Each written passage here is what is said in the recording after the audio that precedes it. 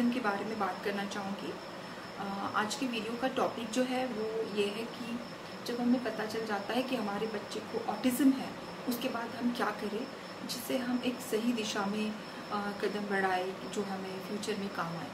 तो ये चीज़ के ऊपर बात करने के पहले मैं थोड़ा सिम्टम्स, लक्षणों को और एक बार इलेबोरेट करना चाहूँगी, जो मैंने मेरे पहले वीडियो में भी डाले हैं। तो मैं ये कहना चाहती हूँ कि जैसे जब बच्चा 6 to 10 मंथ्स का होता है, तब जैसे मैंने लास्ट वीडियो में बोला था कि हमें ऑटिज़म डिटेक्ट करने का जो एक मेजर पीरियड होता है वो होता है 12 to 18 मंथ्स वाला। तो इसके पहले भी हमें कुछ लक्षण, जैसे मैक्सिमम पेरेंट्स अपने बच्चों में ये इन लक्षणों को ऑब्जर्व करते होंगे। तो जैसे 6 to 10 मंथ्स में हमें सबसे पहला तो चीज़ लगता है कि बच्चा स्माइल नहीं कर रहा है, नो स्माइल ऑन फेस। ये मैक्सिमम बच्चों में हमें पाया जाता है। No reaction to name.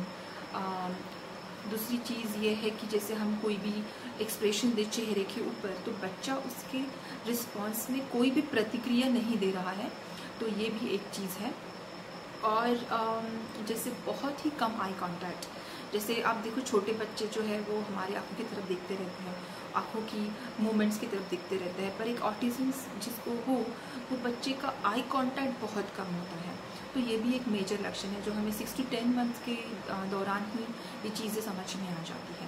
तो पर हम लेबल नहीं कर सकते उसे, ये हमें मैक्सिमम बच्चों में दिखती है। अब जब बच्चा 10 to 18 मंथ्स का जो टाइम पीरियड है, उसमें मैंने आपको बोला था कि जैसे मेरी लास्ट वीडियो में भी डाला था मैंने, इसमें जो मेजर सिम्टम्स, लक्षण हैं जो हमें सोचने के लिए ये करते हैं, फोर्स करते हैं कि कुछ अलग हो रहा है, वो है लैक ऑफ स्पीच, यानी लैंग्वेज नहीं है, बिल्कुल भी नहीं है लैंग्वेज। तो ये, या फिर हम इसे बोल सकते हैं डिलेड स्पीच। स्पीच इस दौरान आनी चाहिए, बैबलिंग होना चाहिए, वर्ड्स कुछ बोलने चाहिए बच्चे में, तो वो वर्ड्स ही नहीं है यहाँ पे। तो ये है एक मेजर लक्षण जो हमें 10 to 18 मंथ्स के दौरान दिखाई देता है। फिर दूसरा जो है, मैंने बोला social interaction, lack of social interaction, जिससे बच्चा बिल्कुल भी सोशली इंटरेक्ट करना नहीं चाहता, तो ये है एक। देन हम यहाँ पे और कुछ चीज़ें बताएंगे कि नो इमिटेशन। एक्चुअली बच्चा हम कुछ चीज़ें करें और उसके रिस्पॉन्स में हमें कुछ प्रतिक्रिया दे या इमिटेट करे हमारी चीज़ों को, बातों को, कुछ रिस्पॉन्स खुद की तरफ से देना चाहे, तो वो चीज़ें हमें यहाँ पे बिल्कुल भी नहीं दिखती। और एक मैं थोड़ा आपको एक अलग केस भी बताना चाहूँगी कि बहुत सारे बच्चों का ऐसे होता है कि जो एक नॉर्मली ये सब चीज़ें करते रहते हैं, जैसे बातें करते हैं, बातें करने की कोशिश करना, बैबलिंग करना, थोड़ा सा स्पीच, थोड़ी सी मुँह से आवाज़ निकालना, प्रतिक्रिया देना, हंसना, ये सब चीज़ें चलती रहती है। पर अचानक से ये सब चीज़ें थम जाती है, तो हमें लगता है अरे ये क्या हो गया। जैसे ये बहुत सारे बच्चों में देखा जाता है। तो जैसे वैक्सीनेशन के पहले बहुत सारे बच्चे, एक टिपिकल जैसे कुछ वैक्सीनेशंस है, MMR का जो होता है हम बच्चों को देते हैं, कॉम्बी डोज आता है आजकल, पीडियाट्रिशियन बोलते हैं कि कॉम्बी पैक दे दीजिए।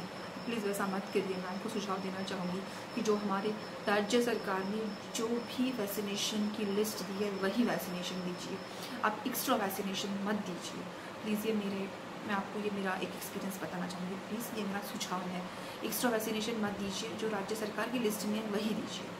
तो हम कभी कभी देखते हैं कि वैक्सीनेशंस के पहले बच्चा बिल्कुल भी नॉर्मल है, सब चीज़ें अच्छा हो रहा है, और अचानक से स्पीच ही नहीं आ रही है या कोई इन्फेक्शन हो गया है बच्चे को, जिसके बाद फिर हॉस्पिटलाइजेशन के बाद हमें दिखाई देता है कि अरे बच्चे में स्पीच नहीं है, या फिर बच्चा आई कांटेक्ट नहीं कर रहा है, और बहुत सारी ऐसे लक्षण हमें दिखाई देते हैं कि जिससे हमें बच्चे में कुछ अलग हो रहा है, ये चीज़ें समझ में आ जाती है। तो ये जो टाइम पीरियड है बच्चे का 10 to 18 मंथ्स वाला, ये बहुत क्रुशियल है। यहाँ पे हमें बहुत सावधानी बरतनी है क्योंकि यहाँ पे मेजर चेंजेस हो जाते हैं। तो ये जो थी मुझे लक्षणों के बारे में बताना था यहाँ पे। मैंने देखो अभी अब हमें यहाँ पे कॉजेज़ में नहीं जाना है, हम कॉजेज़ के बारे में बाद में बात करेंगे मेरे नेक्स्ट वीडियोज़ में कि what are the different causes of autism, हम उसके बारे में बात करेंगे। पर मैं ये चाहूँगी कि जब ये चीज़ें हमें पता चलती है, मैं पहले आपको ये बताना चाहूँगी कि सबसे पहले आप जिस भी सिटी में रहते हो वहाँ पे गवर्नमेंट हॉस्पिटल्स होते हैं। देखो मैं आपको गवर्नमेंट हॉस्पिटल जाने की सलाह दे रही हूँ, क्योंकि यहाँ से आपको जानकारी मिलेगी मैं ऐसा नहीं बोलती हूँ कि आपको पूरा ट्रीटमेंट स्टार्ट कर दीजिए वहाँ पर यहीं पे आपको जानकारी मिलती है। प्राइवेट हॉस्पिटल्स में आप जाते हो तो वहाँ पे आपको स्टार्टिंग में आपको प्राइवेट हॉस्पिटल से सुझाव लेने का मैं यहाँ पे तो सजेशन नहीं देना चाहूँगी एज अ पेरेंट। आपको जाना है गवर्नमेंट हॉस्पिटल्स में, जहाँ पे आपको ऑटिज़म के बारे में, ऑटिज़म की टेस्ट्स, ऑटिज़म का लेवलाइजेशन बाद में, या फिर सर्टिफिकेट्स, थेरेपीज़, इसके बारे में बहुत सारी जानकारी मिलती है।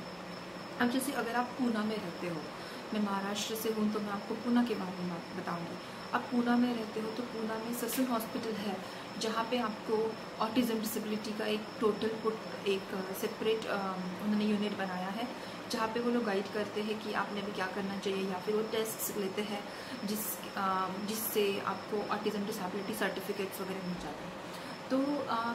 तो मैं आपको यही बोलना चाहती हूँ कि आप गवर्नमेंट हॉस्पिटल्स में जाएँ, जहाँ पे आपको थोड़ा सा डायरेक्शन मिल जाती है, आपको सामने सर्टिफिकेट्स के लिए, कुछ लेबलाइजेशन के लिए, टेस्ट के लिए ये चीज़ें काम में आती हैं। अब मैं दूसरा एक और बात बताना चाहूँगी कि कोई भी ऑटिज़म का टेस्ट नहीं कर सकता आपके बच्चे के ऊपर। पहले तो ऐसी कोई टेस्ट ही नहीं है, जेनेटिक टेस्ट बोल लीजिए या फिर मेडिकल टेस्ट, जिससे ऑटिज़म की लेवल पता चल जाए बच्चे में। जैसे हम शुगर टेस्ट करते हैं वैसे नहीं होता है। ये यहाँ पे मेमोरी टेस्ट होती है, IQ टेस्ट होती है, इंटेलिजेंस टेस्ट होती है, उससे पता चलेगा ऑटिज़म की लेवल। पर ये भी सारी टेस्ट एक छोटे बच्चे के ऊपर नहीं कराई जाती। हमारे इंडिया में 36 मंथ्स का बच्चे का 36 मंथ्स कंप्लीट होने के बाद ये सारी टेस्ट होती है। तो तब तक क्या करें हम, तब तक का टाइम तो हम बर्बाद नहीं कर सकते। तो मैंने पहले बोला कि आपने गवर्नमेंट हॉस्पिटल जाना है। सेकंड, आप क्या करना है आपको कि आपके जिस सिटी में रहते हो वहाँ पे अगर आपको बताना चाहूँगी कि आप ऑटिज़म सेंटर्स में जाएँ। स्पेशल किड्स के सेंटर्स होते हैं हर एक बड़े सिटीज़ में, तो आप वहाँ जाइए। फिर आपको थेरेपीज़ के बारे में वहाँ से पता चल जाता है कि कौन सी थेरेपीज़ आपने स्टार्ट करनी चाहिए बच्चे के लिए। देखो, आपको यहाँ पे गुमराह करने के लिए भी बहुत लोग मिलेंगे, पर आपको गुमराह नहीं होना है। आपको सिर्फ ये समझना है कि मुझे अभी मेरा बच्चा लेबल नहीं हुआ है, इसको ऑटिज़म है या कोई और भी ऑटिज़म स्पेक्ट्रम डिसऑर्डर का कोई और एक अलग कुछ डेवलपमेंटल डिसऑर्डर है, ये आपको नहीं पता है।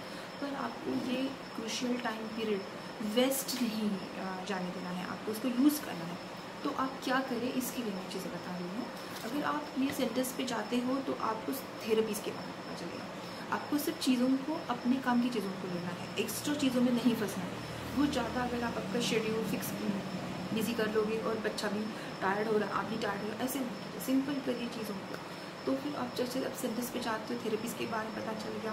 थोड़ी स्पीच थेरेपी स्टार्ट होनी चाहिए यहाँ पे इस लेवल में। स्पीच थेरेपी, आप घर में भी स्पीच थेरेपी अपने बच्चे को दे सकते हो। ओम जैसे हमारे हिंदूज़ में ओम बोलते हैं, आप जो भी आपके स्पिरिचुअल, आपके धर्म के अनुसार जो भी होली वर्ड्स होते हैं, वो बोलने की कोशिश करवाएं बच्चे से। आप साइन लैंग्वेज से बात करने की कोशिश करें।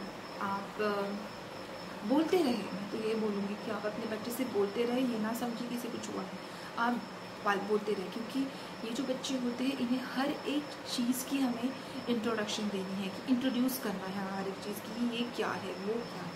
जैसे जो खुद लर्निंग होती है बाकी के बच्चों में, ये वो एक चीज़ यहाँ पे मिसिंग होती है। तो हमें ये समझ लेना है कि यहाँ पे हमें हमारे बच्चे को हर एक चीज़ इंट्रोड्यूस करनी है, बातें करनी है, ये है, ये लाओ, वो लाओ। आप उसको अकेला मत रहने दीजिए, कभी भी उसके साथ रहिए, कोई ना कोई उसको अटेंड करें हर बार। तो ये चीज़ें आपको यहाँ पे फिक्स करनी है। ओके, तो मैंने आपको बताया कि गवर्नमेंट हॉस्पिटल्स में जाए, पहली चीज़ बताई मैंने आपको। दूसरी, आप ऑटिज़म सेंटर्स में जाके थेरेपी स्टार्ट करवाएं। फिर मैं आपको और एक बात बताना चाहूँगी कि जैसे वेबसाइट्स है, एक वेबसाइट है www.swamamnacard.government.in। मैं अपने डिस्क्रिप्शन में डाल दूँगी इस वेबसाइट का नाम। आप यहाँ पे जाए तो आपको यहाँ पे बहुत सारी जानकारी मिल जाएगी। जैसे आप यहाँ पे डिसेबिलिटी सर्टिफिकेट के लिए अप्लाई कर सकते हो।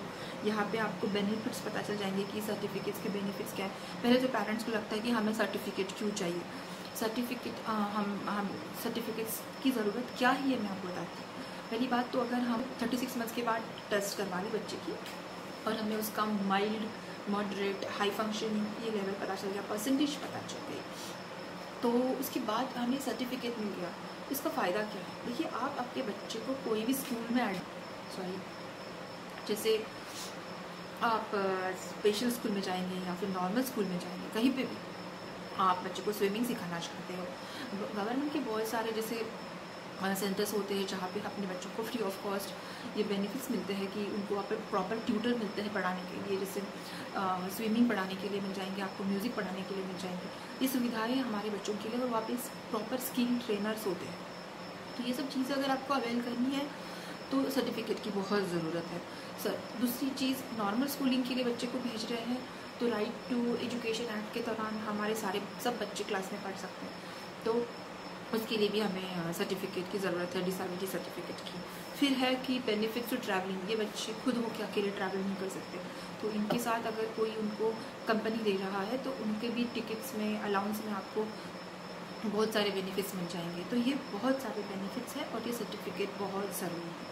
तो इसके लिए, ये अप्लाई करने के लिए तो आप गवर्नमेंट हॉस्पिटल में जाते हैं तो आपको वहाँ पे भी ये मिल जाते हैं, पर अभी जो है अभी नया है ये, अभी आप ये वेबसाइट से भी अप्लाई कर सकते हो, वहाँ पे भी आपको बहुत सारी गाइडेंस मिल जाएंगी। ये सब चीज़ें हम कर सकते हैं। थेरेपी स्टार्ट कर सकते हैं, इसमें बेसिक थेरेपीज है बच्चों के लिए, वो है speech therapy, occupational therapy, then language therapy, then play therapy, बहुत सारी चीज़ें यहाँ पे। प्ले थेरेपी में बच्चे सैंड से खेलते हैं, क्ले से खेलते हैं, उसके थ्रू ये बात करने की कोशिश करते हैं। अब देखिए, यहाँ पे सब चीज़ें तो पेरेंट्स अकेले नहीं कर सकते क्योंकि हम खुद ट्रेन नहीं होते, तो हमें हेल्प लेनी होती है, और ये हेल्प हमें थेरेपी सेंटर से मिल जाती है। पर आप वहाँ पे भी बच्चे को जब लेके जाते हो तो सीखने की कोशिश कीजिए कि कैसे कर रहे हैं। अब एक ऑब्जर्वेशन मोड में रहिए। आपको नेट से भी बहुत सारे कोर्सेज मिल जाते हैं कि हाउ टू एक सिंपल चीज़ें की स्पीच थेरेपी कैसे स्टार्ट करें या फिर बच्चे को कैसे ट्रेन करें। यूट्यूब के वीडियोस मिल जाएंगे आपको बहुत सारे, तो आप खुद होके खुद को एजुकेट करें और वो बच्चे की ऊपर चीज़ें अप्लाई कीजिए। तो मेरा ये वीडियो का जो उद्देश्य था वो यही था कि जब आपको पता चल जाता है कि बच्चे को ऑटिज़म है तो क्या करें, तो बस यही है कि हमें सबसे पहले तो एक इधर उधर ना भटकते हुए ये चीज़ कैसे कर सकते हैं। तो हमें प्रॉपर गाइडेंस चाहिए जो हमें गवर्नमेंट हॉस्पिटल्स में मिल जाएगा, हमें ऑटिज़म सेंटर्स में मिल जाएगा, स्पेशल एजुकेशन सेंटर में मिल जाएगा, पेरेंट्स ग्रुप आप ज्वाइन कर लीजिए। ये भी हम चीज़ें हमें सब बातें करने से मिलेंगी, लोगों को बताने से मिलेंगी, छुपाने से नहीं मिलेंगी। देखो, क्योंकि हेल्प किसी भी मीडियम के थ्रू हमारी तक पहुंच सकती है।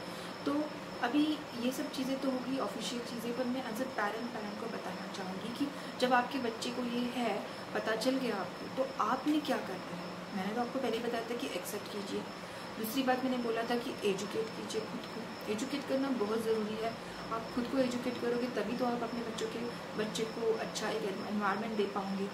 अब बच्चे को जितना ज़्यादा हो उतना सोशलाइज कीजिए।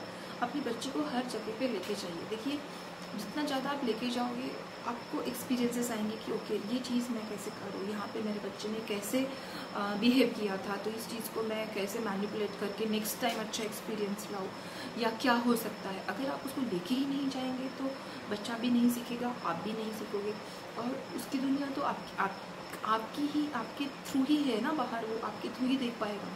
तो मैं यही बोलना चाहूँगी कि सोशलाइज करिए आप। जब आप बच्चे को सोशलाइज करते हो तो आप बच्चे को पहले छोटी सी चीज़ों में बोल दीजिए, फ़ोटोज़ दिखा दीजिए कि अब हम यहाँ पे जाने वाले हैं, हम यहाँ पे ये चीज़ें करेंगे।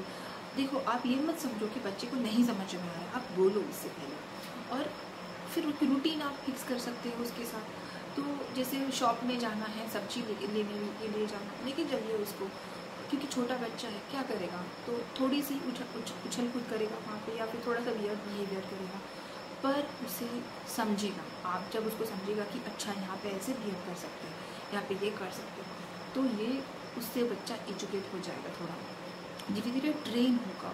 और आप भी नई चीज़ें भी सब नई हो रही है, तो आप इतना ऑकवर्ड फील मत कीजिए पहली बार, क्योंकि हम इसी सोसाइटी का पार्ट है। हमारा वर्ल्ड डिफरेंट है पर हमारी सोसाइटी सेम है, तो हमें इसी सोसाइटी में रह के हमारे बच्चे को एजुकेट करवाना है, खुद भी एजुकेट होना है। तो मैं यही बोलूँगी, जिस तरीके से आप एक्सेप्ट करते हो, जिस तरीके से आप खुद को एजुकेट करते हो, वैसे आप सोशलाइज होइए और बच्चे को एक नया एनवायरनमेंट देने की कोशिश की। जितनी ज़्यादा आप उसको नई नई चीज़ें बताएंगे उतना वो एजुकेट होगा। और किसी से छुपाइए मत, छुपाने से कुछ नहीं होगा। घर के बड़े बूढ़े लोग बोलते कि नहीं नहीं बताओ मत, लड़की है, लड़की को ऑटिज़म हुआ तो लड़की है बताइए मत। पर देखो जब आप बोलोगे तभी लोग आपको हेल्प कर सकते हैं। देखो हाँ, छुपाइए मत चीज़ और बताइए, आपको हेल्प मिलेगी और लोग भी सतर्क हो जाएंगे कि अच्छा हमें थोड़ा स्पेशल बच्चा है, हम कैसे बिहेव कर सकते हैं। So please don't hide. And यहाँ पे मैं जैसे अभी अगर आपका बच्चा यहाँ पे 2.5-3 साल का हो रहा है तो मैं आपको ये भी बोलूँगी कि आप उसको सिर्फ स्पेशल एजुकेशन के लिए मत लेके जाइए, आप उसको नॉर्मल स्कूलिंग भी करवाइए। तो मेरे नेक्स्ट वीडियोज़ में मैं यही डालने वाली हूँ कि आप नॉर्मल स्कूलिंग और स्पेशल एजुकेशन कैसे कर सकते हैं। तो ये मेरे नेक्स्ट वीडियो में डालूंगी। अगर आपको ये वीडियो पसंद आता है और आपको और कुछ यहाँ पे चाहिए कि क्या करें क्या ना करें, तो आप मुझे प्लीज़ कमेंट सेक्शन में बोलिए कि ये एक्सपीरियंस आप शेयर कीजिए। तो मैं बिल्कुल आपको पक्का आपके क्वेश्चन का आंसर देने की कोशिश करूँगी और मेरा एक्सपीरियंस आपसे शेयर करने की पक्का कोशिश करूँगी। So thanks a lot, thank you very much. आप मेरे नेक्स्ट वीडियो के लिए प्लीज़ आप मेरा नेक्स्ट वीडियो भी देखिए जिसमें मैं डालने वाली हूँ नॉर्मल स्कूलिंग और स्पेशल एजुकेशन दोनों के फ़ायदे मैं वहाँ पर डालूँगी। So thanks a lot, stay safe, thank you very much.